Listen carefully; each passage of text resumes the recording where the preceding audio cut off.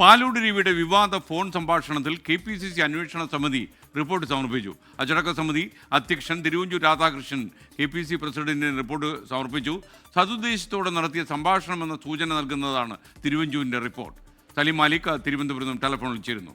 സലീം, ശരിക്കും അദ്ദേഹത്തിൻ്റെ ഈ അഭിപ്രായം, അദ്ദേഹത്തിൻ്റെ ഈ ഫോൺ സംഭാഷണം മുഴുവൻ കേട്ട ഒരാളാണ് ഞാൻ.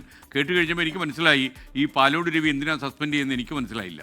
അതുപോലെ ഈ റിപ്പോർട്ടിലും അങ്ങനെ തന്നെയാണ് തിരുവഞ്ചൂർ സൂചിപ്പിച്ചിരിക്കുന്നത് എന്നാണ് ഞാൻ മനസ്സിലാക്കുന്നത്. പറയൂ വിവരങ്ങൾ.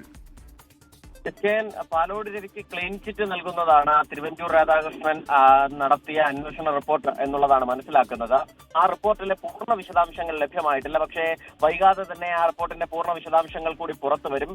എങ്കിലും പ്രാഥമികമായി നമുക്ക് ലഭിക്കുന്ന വിവരം സതുദ്ദേശത്തോടുകൂടി പാലോട് രവി നടത്തിയ ഫോൺ സംഭാഷണമാണ് അത് എന്നുള്ളതാണ്. പക്ഷേ അതിനുമപ്പുറത്തേക്ക് ആ സംഭാഷണം എങ്ങനെ ലീക്കായി എന്നുള്ളതിലാണ് ഈ അച്ചടക്ക സമിതിയുടെ ഒരു അന്വേഷണം പ്രധാനമായും കേന്ദ്രീകരിച്ചത്. അതിന്റെ ഭാഗമായി ഈ പ്രദേശത്തെ പുല്ലമ്പാറ ജലീലിനെ നേരിൽ കണ്ടിരുന്നു. ഈ പാലോട് രവിക്കൊപ്പം ഫോൺ സംസാരിച്ച പുല്ലമ്പാറ ജലീലുമായി തിരുവഞ്ചൂർ രാധാകൃഷ്ണൻ കൂടിക്കാഴ്ച നടത്തിയിരുന്നു. ഒപ്പം തന്നെ അവിടെയുള്ള പ്രാദേശിക നേതൃത്വത്തെയും ബന്ധപ്പെട്ടിരുന്നു. അതിന് പിന്നാലെ തന്നെ ആ മേഖലയിൽ നിൽക്കുന്ന വിഭാഗീയതയാണ് ഇതിന് പിന്നിലെ പ്രധാനപ്പെട്ട കാരണം എന്നുള്ളൊരു വിലയിരുത്തലിലാണ് ഇപ്പോൾ ആ റിപ്പോർട്ട് സമർപ്പിച്ചിരിക്കുന്നത്. അതിന് പിന്നാലെ തന്നെ ഏതെങ്കിലും നിലയിൽ ഇനി KPCCക്ക് ആ റിപ്പോർട്ട് ഇപ്പോൾ സമർപ്പിച്ചിട്ടുണ്ട്. ഇനി നമ്മൾ പ്രതീക്ഷിക്കുന്നത് മറ്റേതെങ്കിലും, നിലവിൽ പുല്ലമ്പാറ ജലീലിനെ പാർട്ടിയിൽ നിന്ന് പുറത്താക്കിയിരുന്നു ഈ വിവാദത്തിന് പിന്നാലെ തന്നെ.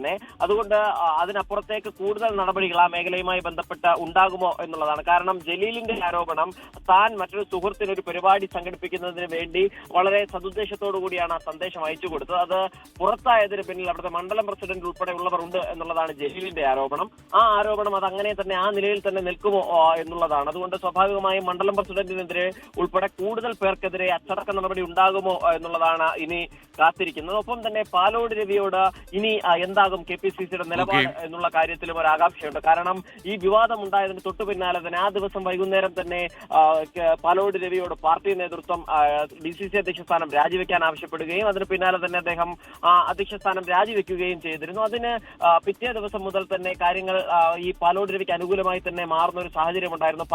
പാർട്ടിക്കുള്ളിൽ തന്നെ അത്ര തിടുക്കപ്പെട്ടൊരു നടപടി വേണ്ടിയിരുന്നില്ല എന്നൊരു നിലപാടിലേക്ക് കാര്യങ്ങൾ പോയിരുന്നു. അതുകൊണ്ട് പ്രത്യേകിച്ചും KPCCയുടെ പുനഃസംഘടനാ സമയമായതിനാൽ തന്നെ ഇപ്പോൾ നേതാക്കളൊക്കെ ഡൽഹിയിലാണ്.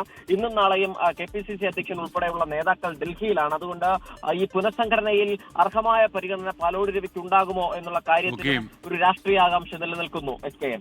Okay, thank you.